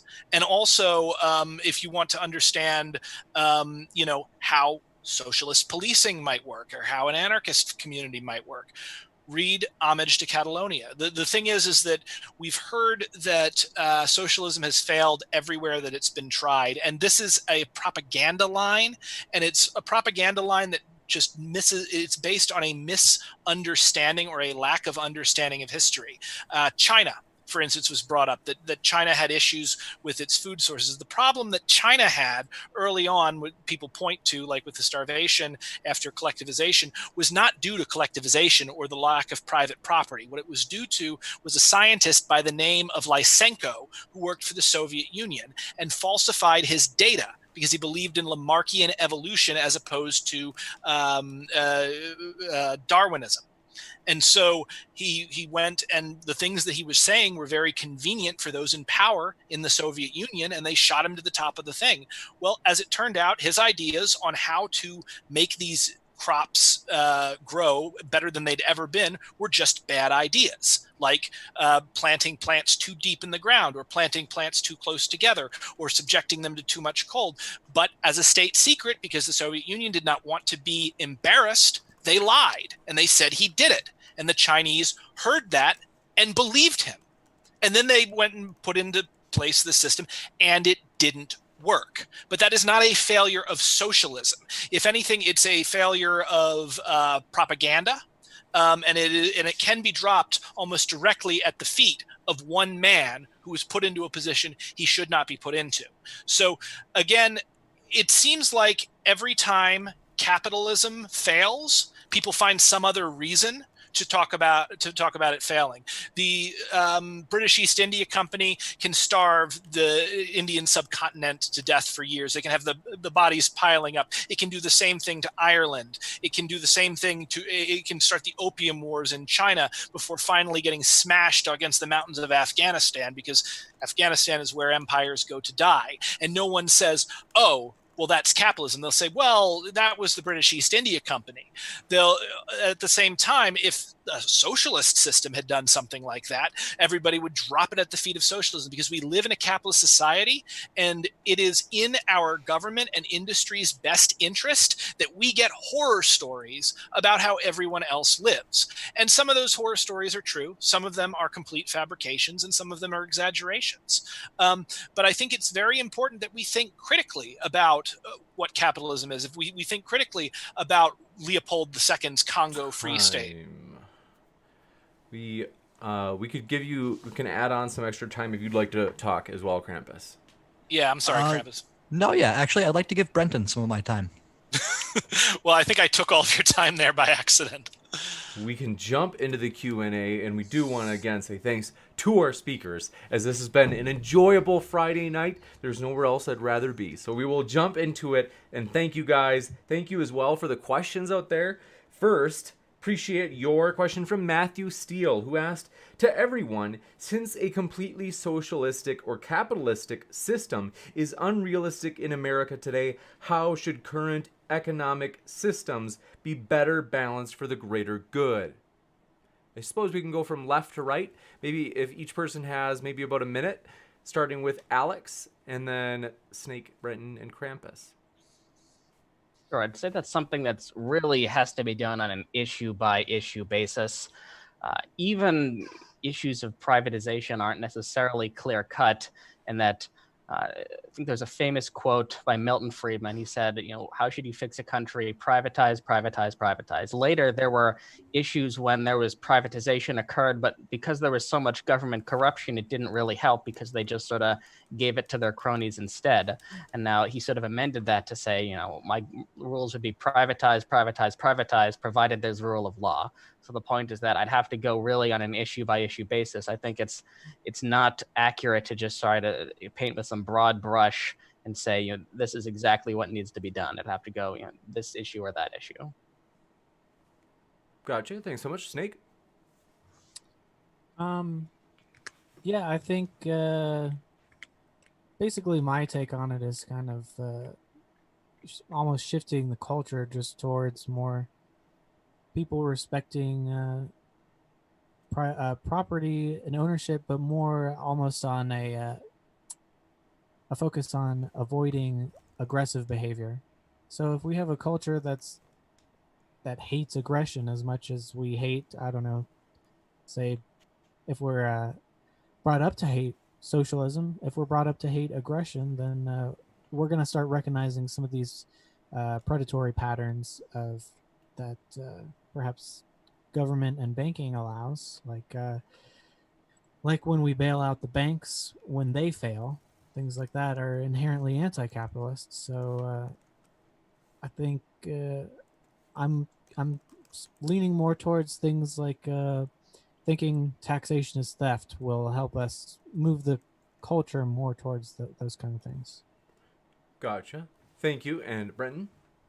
Universal basic income and universal healthcare, universal single payer healthcare. These are the two most important policies that we can do right now that are going to keep this country running.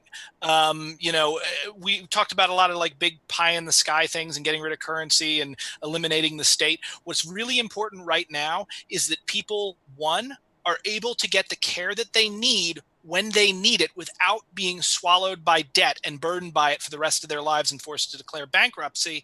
And we also desperately need to have a baseline of income so that, one, people can actually buy the products that they have, but also two, so that people have the freedom and the breathing room to move to other places in the country so that we can get people out of the cities as much as possible, because the congestion is one of the big problems that we have with COVID.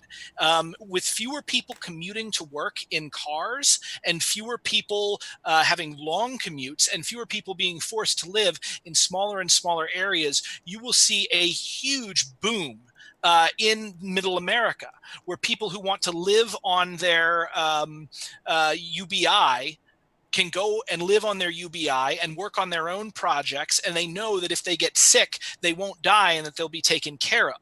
I really think this has been missed by a lot of people, but one of the things that we did by giving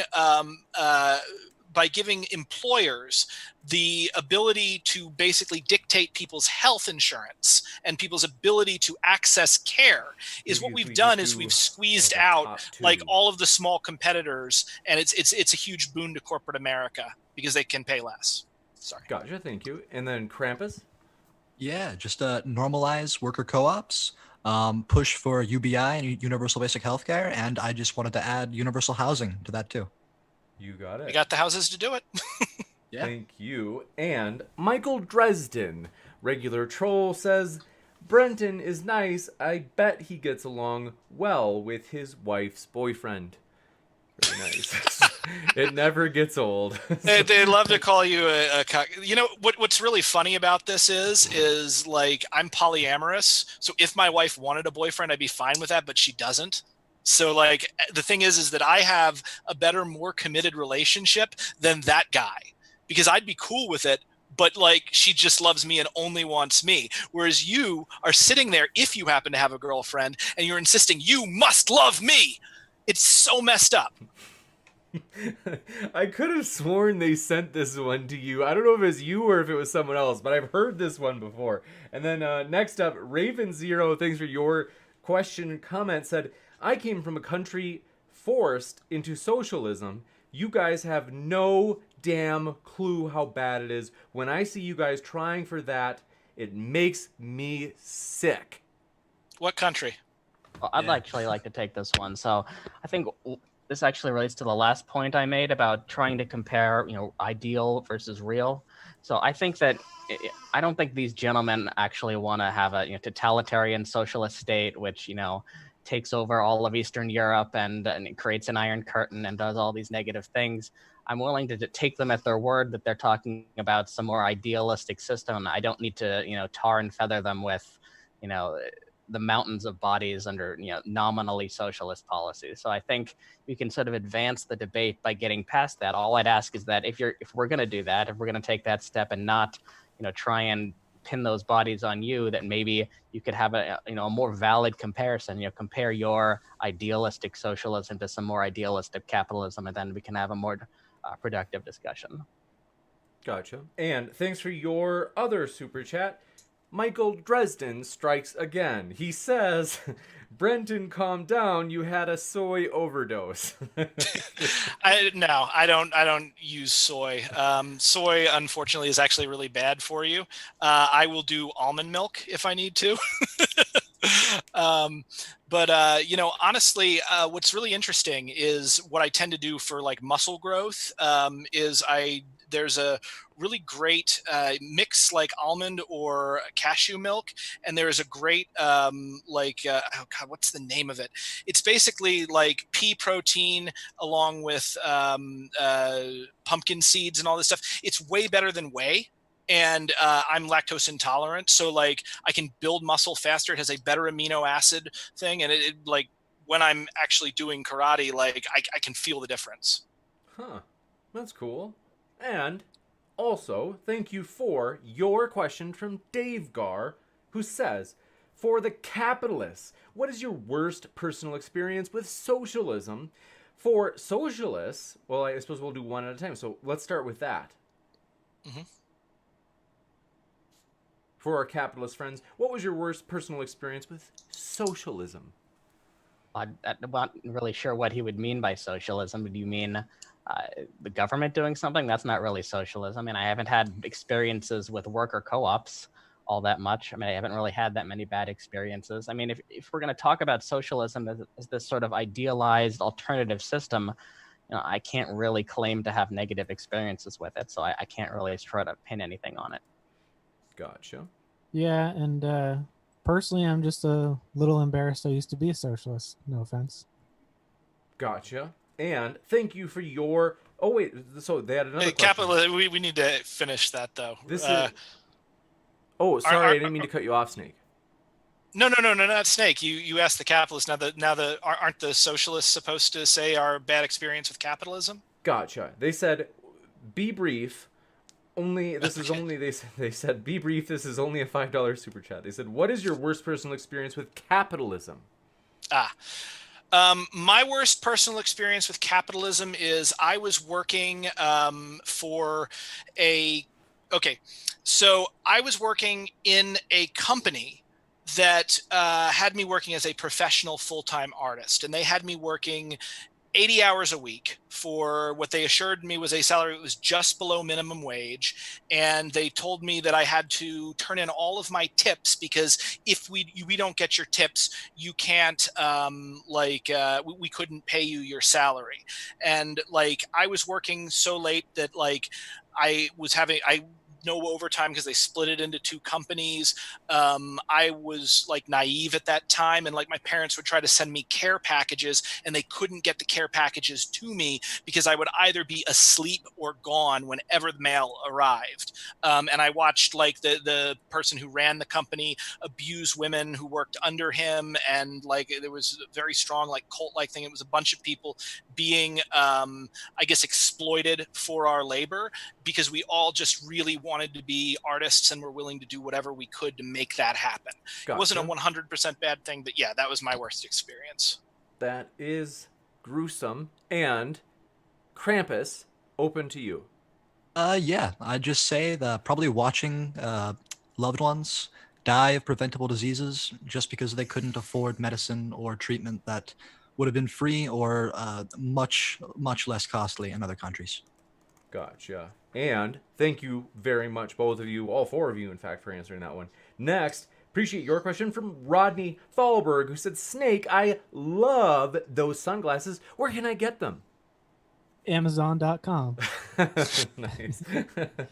Lily, you really should be a spokesperson for them. Maybe like you should do ads for them. Lily R.O., thanks for your question, said, how does eminent domain play into capitalism?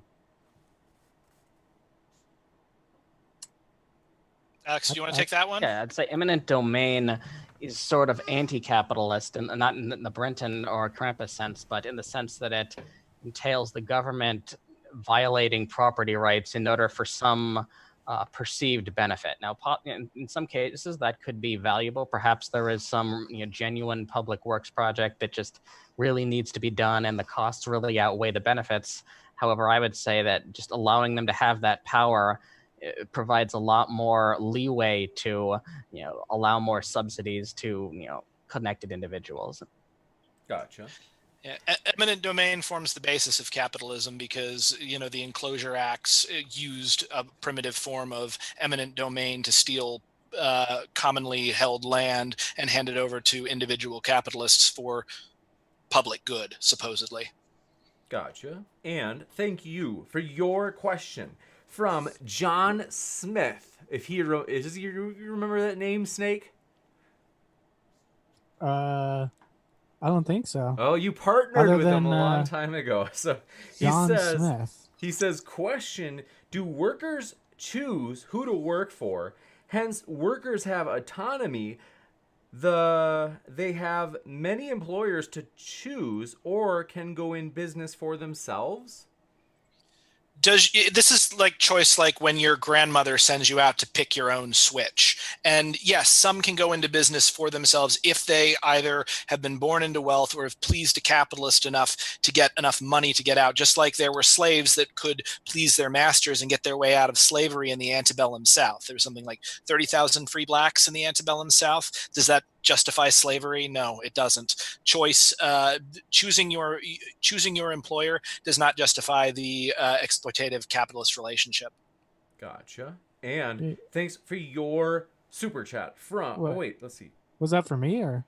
I think it was meant to be a challenge to Brenton because I do remember John being a capitalist. That's the only question. That's the only way I could think. But John, let me know if I've misunderstood that. And thanks for your super chat question. It starts with Saturn. We appreciate it. Said, for everyone, do you think that universal basic income is socialism or capitalism? Capitalism. Gotcha. It could exist under either, but if it were implemented in, say, like Andrew Yang's way, it would definitely be capitalism. Gotcha. It just has to do with the structure. I mean, it really depends again on what we're talking about. So, in terms of socialism, if by socialism you just mean people being generous and providing a basic income, I guess that would be socialist. But I don't see how it necessarily has any bearing in either direction, because I don't think that socialism is defined as generosity, and I don't see how it would be either capitalist or socialist. Gotcha.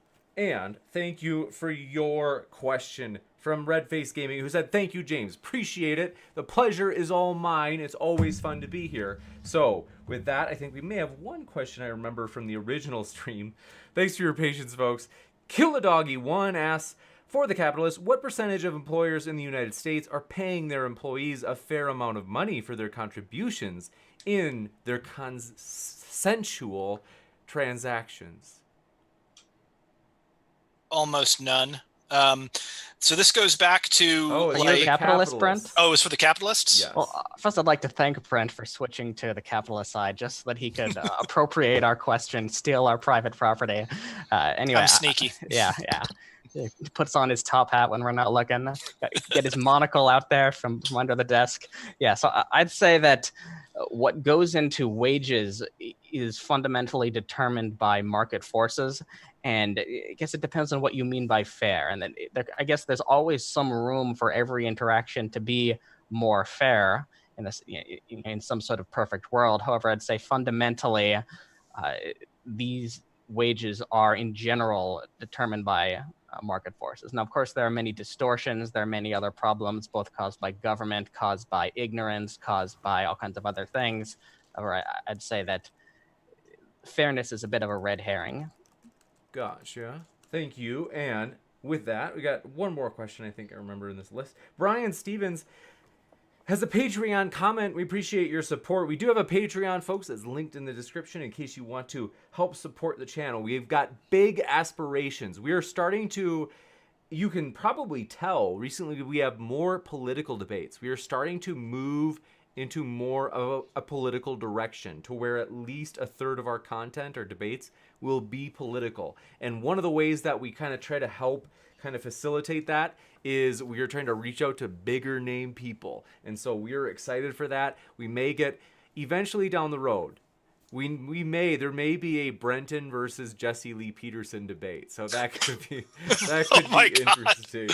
But people have been asking me to do that, and I've just been like, but yeah, if you can arrange that,